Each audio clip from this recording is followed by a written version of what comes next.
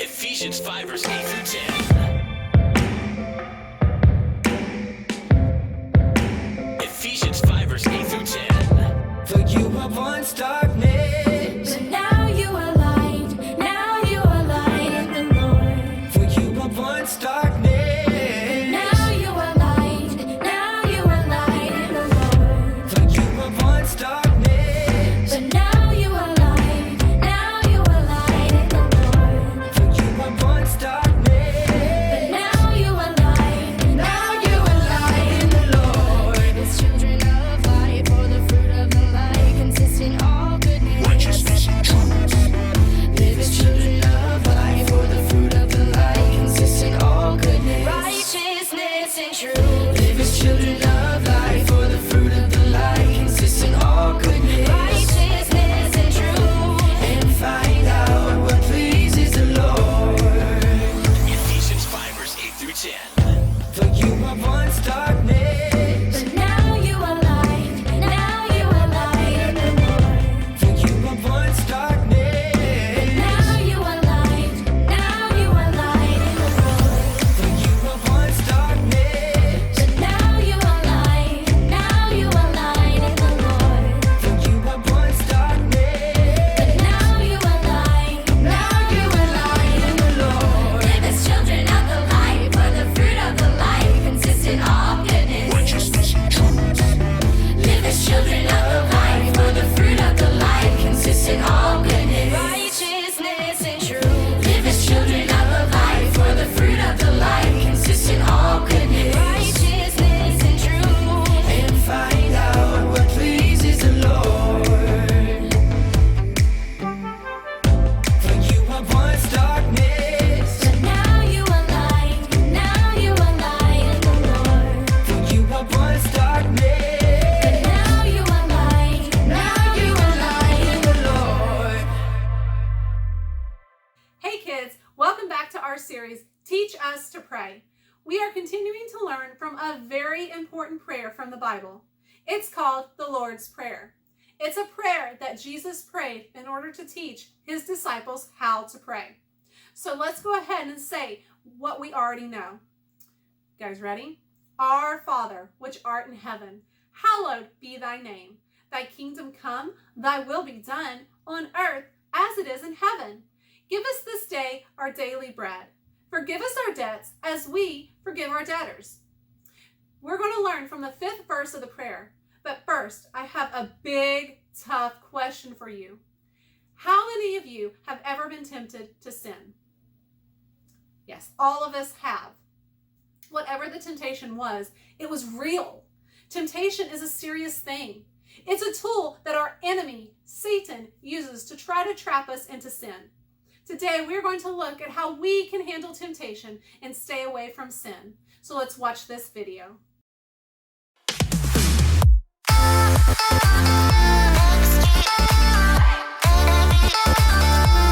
Hey everyone, it's me, Peyton, and it's time to get back into our series called Teach Us to Pray. Oh look, an apple. I wonder who left it here. I better pick it up. Haha, I caught you in my trap. Why did you do that? You took the bait and now you're in my trap. Ha ha, now let me out of here. I have a video to shoot. Say please. Let me out of here now! Uh-oh. I can't believe my brother did that to me, but it kind of reminds me of the part of the Lord's Prayer that we are learning about today. And lead us not into temptation, but deliver us from evil. Remember how my brother got me into that trap? He said that apple was bait. Well, temptation is the bait for the trap of sin. The devil lays temptation all around us to make us fall into the trap of sin. Well, I'm gonna tell you right now, that devil, he is a bad, bad dude. He's downright naughty. He sure is. The devil is the enemy of our souls. He wants us to sin more than anything else. That's why we should pray every single day for God to help us not to fall into the trap of sin. There are a lot of things Satan tries to tempt us with. Have you ever been to the store and you didn't have enough money to buy a piece of candy? Sometimes Satan puts temptation in front of us to try and make us steal things that don't belong to us. Or Have you ever been over at a friend's house for a slumber party? Their parents are in bed, and somebody starts to play a movie that you know you're not supposed to see. You're tempted to watch it, but it's totally not good for you. Or you're in class trying to take a test, and you're sitting by the smartest girl in class.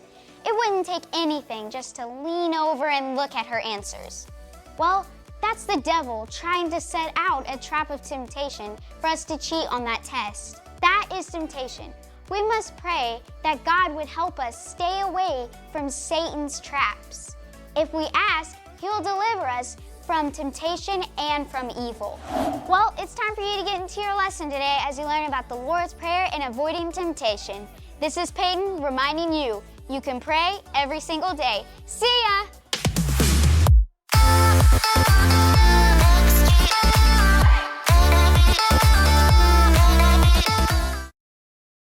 How many of you want to avoid the devil's trap? Well, yeah, of course. None of us want to get trapped in sin and suffer the high price we learned about last time.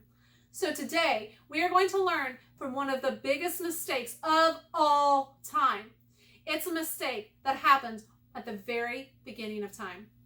You're going to learn all about how to handle temptation in our lesson today. But right now, we need to check in with our friend Big Ray, and he's going to tell you what you gotta know.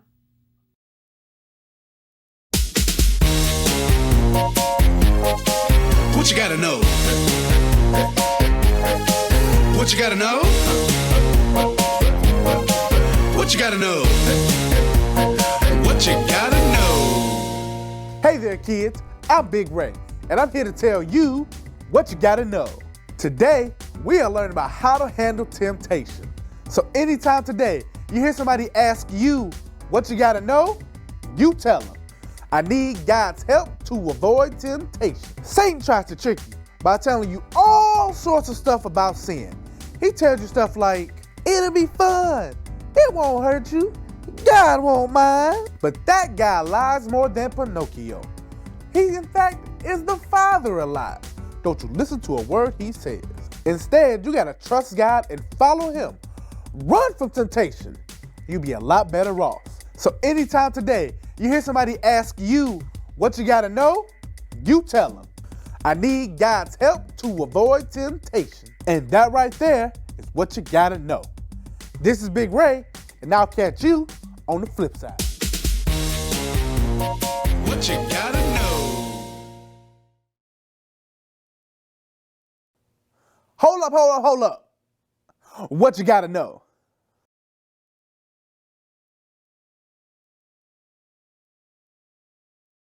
Today's Bible story is one that is probably familiar to you. Remember when we learned about how God created such a wonderful world full of plants and animals? Then he created man and woman. Can you guys tell me where our Bible story is found? That's right, Genesis chapters 1 through 3. The man he called Adam. The woman he called Eve. Adam and Eve had a wonderful life. They had everything they needed, and God gave them only one rule. He said, you are free to eat from any tree in the garden, but you must not eat from the tree from the knowledge of good and evil. For when you eat of it, you will surely die. Well, that's pretty easy, just one rule. All Adam and Eve needed to do was to obey God, and he promised to provide for them and protect them. One day, while Adam and Eve were walking in the garden, Satan took on the form of a snake and came up to them. Do you guys remember what he said to them? Yeah, he asked Eve, did God say you can't eat any fruit in the garden? Eve answered, we can eat any fruit except this tree. God told us that if we eat from this tree, we will die. Satan responded, you will not surely die. God just doesn't want you to be as smart as he is.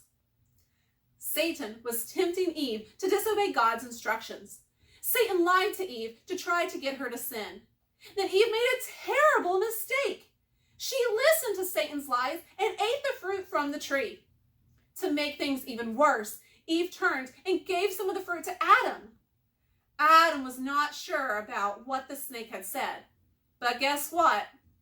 Adam made the same terrible choice. Adam gave in to temptation and ate of the fruit. With that, Adam and Eve committed the very first sin. Eve had made a big mistake. She gave in to Satan's temptation. Eve isn't the only human being that Satan has lied to. In fact, he is still lying today and trying his best to deceive human beings into disobeying God and falling into sin. Today, we are going to learn how to handle temptation in our own lives. We're going to learn how not to fall into Satan's trap of temptation. Before we get into our lesson, we are going to learn our power verse. Are you guys ready? All right, I'm going to say it, and then we'll put some motions to it. And lead us not into temptation, but deliver us from evil. Matthew 6:13. So, let's put some motion to it. Are you guys ready? Okay. Lead us not into temptation, but deliver us from evil. Matthew 6:13. All right, guys, let's do it again. Let's do it a little slower, and then we'll put it together again. Are you guys ready? Lead us not into temptation, but deliver us from evil.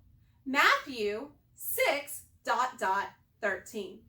All right, let's do it one more time. I think you guys got it. Are you ready? All right, let me hear you say it really loud. All right?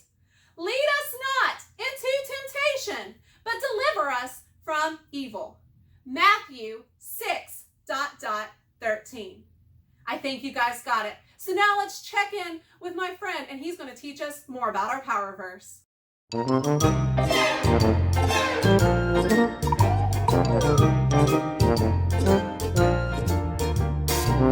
Ha-ha! Once again, it is I, Presto Changel, the Magnificent, here to teach you today's power verse. Nothing up here, nothing up here, nothing up here. Today's power verse says, "And lead us not into temptation, but deliver us from evil."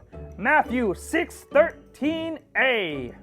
Ha ha! What an amazing power verse, boys and girls! But just like I do in my sold-out shows all over the world, really in my living room with my grandma, I'm going to make things poof disappear right before your very eyes. I will make words for the power verse disappear with the help of my handy-dandy sidekick. Hocus pocus! I am so glad you are here! You will be helping us with this mind-blowing disappearing trick. Hokey, say hello! Whatever. Can we just get on with the power verse? Yes! Let's take a look at it. Ah, yes. Now, which words should I make disappear? How about this one? This one! And this one! Ha ha! Now let's see how well you remember it. Kids, you are going to say the power verse again with Hokey. It's hocus pocus. You're going to say the power verse on the count of 3. 1, 2, or 3. And lead us not into temptation, but deliver us from evil. Matthew 6:13a. Ha ha! That was pretty amazing. You were able to say the power words with the disappearing words. But prepare to be amazed. I'm going to make even more words disappear before your very eyes. Like this one. And this one. Okay. You said it once with the disappearing words, but let's try it again. And lead us not into temptation, but deliver us from evil. Matthew 6:13a. Beautiful job. Thank you, children, and hocus pocus. It's hocus pocus. Oh, never mind. You got it right. And now to make myself disappear, I am Presto Changel, saying, now you see me, now you don't. Beep-a-da-ba-da-dee-do-dee-do.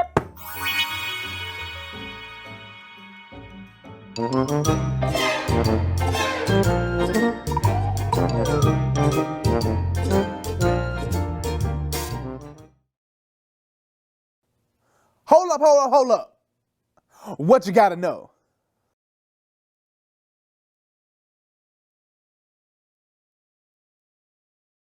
Today, we continue learning all about the Lord's Prayer. We have learned a lot so far, so let's see if we can quote what we have learned. Are you guys ready? All right, here we go. Our Father, which art in heaven, hallowed be thy name. Thy kingdom come, thy will be done, on earth as it is in heaven. Give us this day our daily bread, and forgive us our debts as we forgive our debtors. Lead us not into temptation, but deliver us from evil. Good job, guys. Today we're going to focus on the part of the prayer where we ask God to keep us free from temptation. Temptation is a tool that our enemy, the devil, uses to try to trap us into sin. Have you guys ever been trapped? Maybe you were playing hide and seek and crawled into a space that seemed easy to get into, but you couldn't get out. It's a pretty scary feeling to be trapped. I was once trapped in my closet when I was playing hide and seek, and it was the scariest feeling ever. I felt like I would never get out and that no one would ever help me. But then my dad came and he opened the door and I was free. I was so excited I was free because I did not like being trapped at all. And there's also many stories on the news all the time about miners who get trapped underground for days at a time. There are other stories of skiers who get trapped underneath many feet of snow during an avalanche and can't get out. There's also stories of animals falling into wells and getting trapped there. Being trapped is not fun at all. When you're trapped, you feel helpless. You can't get out and you feel like all is lost. That's what it feels like when you fall into sin, because sin is a trap. Sin is a trap that the devil tries to get us to fall into. He knows that if he can get us to sin, we will be trapped. Romans 6:23 says, the payment for sin is death. Wow, guys, that's a big price to pay for sin. Satan wants us to have to pay this price. So he tries to lure us into the trap of sin. It's as if Satan has a giant web, hoping that he can catch us like a spider catches flies. He's a mean one, that devil. So, I want to show you something. Have you ever seen one of these? It's a mouse trap. Why do we put out a mouse trap? Right, it's to catch mice. You guys are really smart. You put the trap out in hopes that the mouse will be drawn to the trap and caught. To get us into the trap of sin, Satan uses something called temptation. Temptation is the bait.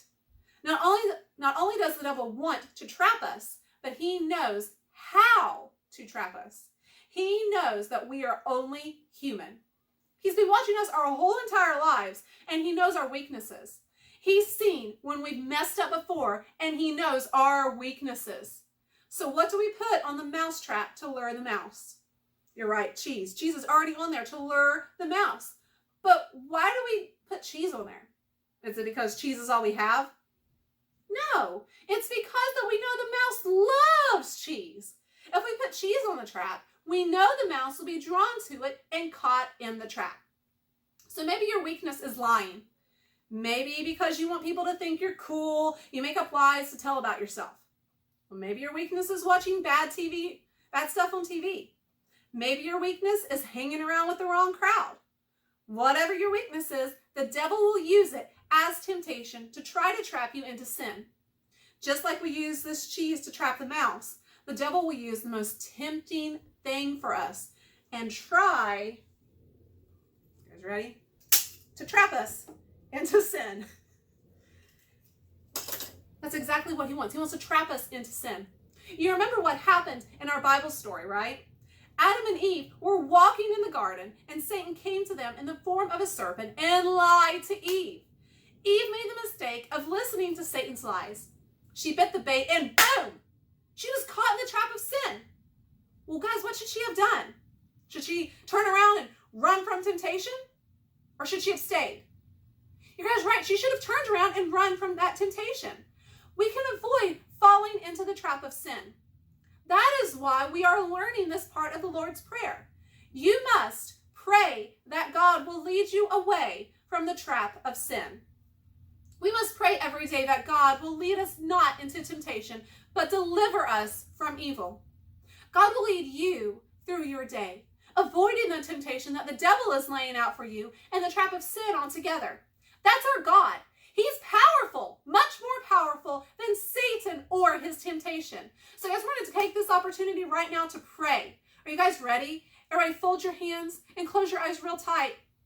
Dear God, thank you for always being there. Thank you for allowing us to talk to you freely whenever we need to. God, I pray right now that you would help us to get out of the trap of temptation that leads us into sin. God, I pray that whatever traps the devil is laying for us, that you would go before us and that you would help us not to fall into the trap. Thank you so much that you are such a powerful God, that you can stomp out the devil's schemes and that we can prevail in your name. Thank you so much for always being there for us and leading us and giving us such a good example to follow. In Jesus' name I pray. Amen. Hold up. What you gotta know?